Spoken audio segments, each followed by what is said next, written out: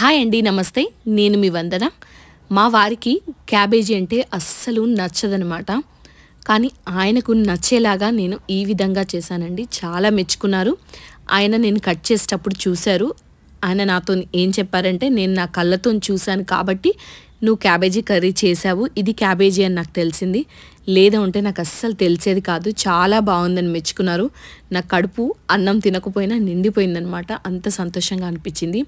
ఆ ప్రాసెస్ని అయితే నేను ఇప్పుడు చూపిస్తున్నానండి. ఇక్కడ నేను కుక్కర్లో చేసుకుంటున్నాను. ఈజీ వే, అలాగే టేస్టీగా పర్ఫెక్ట్గా కుక్ అవుతుంది.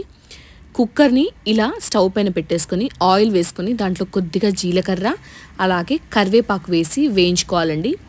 ఇక్కడ నేను ఒక 2 ఉల్లిపాయల్ని కొంచెం పెద్దగా కట్ చేసుకొని ఒక 5-6 పచ్చిమిరపకాయల్ని కూడా కట్ చేసి వేసుకొని మంచిగా ఫ్రై చేసుకున్నానండి.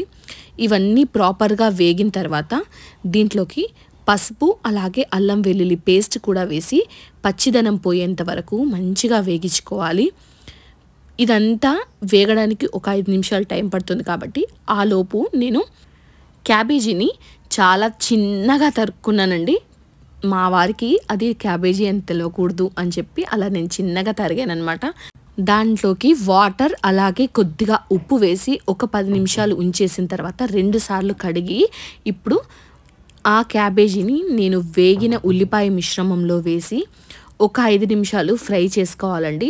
మంచిగా ఫ్రై అయితే మనకు అసలు క్యాబేజీ వాసన రాదు.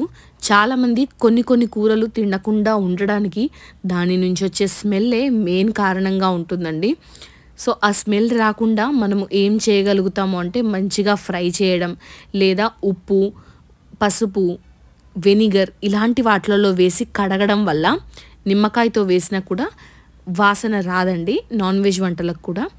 ఇలా చేయడం వల్ల స్మెల్ అయితే మనం అవాయిడ్ చేసేయచ్చు. ఇప్పుడు ఇది కంప్లీట్గా ఫ్రై అయిన తర్వాత, అంటే క్రిస్పీగా కాదండి, వాసన మనకు తెలీదు అప్పటి వరకు ఫ్రై చేసుకున్న తర్వాత దీంట్లోకి నేను ఒక అరగంట ముందుగా శనగపప్పును నానబెట్టి పెట్టుకున్నానండి. ఆ శనగపప్పునైతే నేను ఇక్కడ యాడ్ చేసుకుంటున్నాను. శనగపప్పు ఎప్పుడైనా నానిన తర్వాత మనం వండితేనే మంచిది. అలాగే హెల్త్కి కూడా, కడుపులో కొంతమందికి గ్యాస్ ఎక్కువగా ఫామ్ అవుతుంటుంది. అలాంటి వారికి కూడా ఇలా నానబెట్టిన పప్పులతో వంట చేస్తే చాలా మంచిదండి. యూరిక్ యాసిడ్ ప్రాబ్లం ఉన్న వాళ్ళకు కూడా అలాగే నానబెట్టిన తర్వాత మాత్రమే పప్పులతో వండితే వాళ్ళకు యూరిక్ యాసిడ్ లెవెల్స్ ఎక్కువగా కాకుండా ఉంటాయి. ఈ శనగపప్పు కూడా మంచిగా ఫ్రై అయిన తర్వాత ఒక 3 టమాటోల్ని ఇలా ముక్కలుగా కట్ చేసుకొని వాటిని కూడా ఇందులో వేసుకొని కొంచెం వేయించుకోవాలండి. ఇందులో నేను ఎలాంటి వాటర్ యాడ్ చేయట్లేదు. ఎందుకంటే నాకు క్యాలీఫ్లవర్లో నుంచి అలాగే టమాటోల నుంచి నీరు ఊరుతుంది కాబట్టి ఆ ఊరిన నీరుతోటే మనకు క్యాలీఫ్లవర్ మొత్తం కుక్ అయిపోతుంది. చాలా టేస్టీగా కూడా వస్తుంది. ఒక 5 నిమిషాలు ఇవి వేగిన తర్వాత ధనియా పొడి, ఉప్పు, కారం అన్నీ వేసి నేను కుక్కర్ మూత పెట్టేసి పెట్టుకున్నానండి. ఆల్రెడీ చెప్పాను, నేను వాటర్ అయితే యాడ్ చేయలేదు. ఎందుకంటే టమాటోల నుంచి, కాలీఫ్లవర్ల నుంచి వాటర్ వస్తుంది కాబట్టి దాంతోనే కుక్ అవుతుందని. 1 లేదా 2 విజిల్స్ వచ్చిన తర్వాత దీన్ని ఆఫ్ చేసేసుకొని, విజిల్ అంతా పోయిన తర్వాత దీన్ని ఒకసారి ఉప్పు రుచి చూసుకోండి. తక్కువ అనిపిస్తే ఉప్పు యాడ్ చేసేసుకొని కొత్తిమీర చల్లేసుకొని సర్వ్ చేసేసుకోవడమే అండి. చాలా టేస్టీగా ఉంటుంది. మీరు ట్రై చేసి ఎలా వచ్చింది అన్నది నాకు కమెంట్ చేసి చెప్పండి.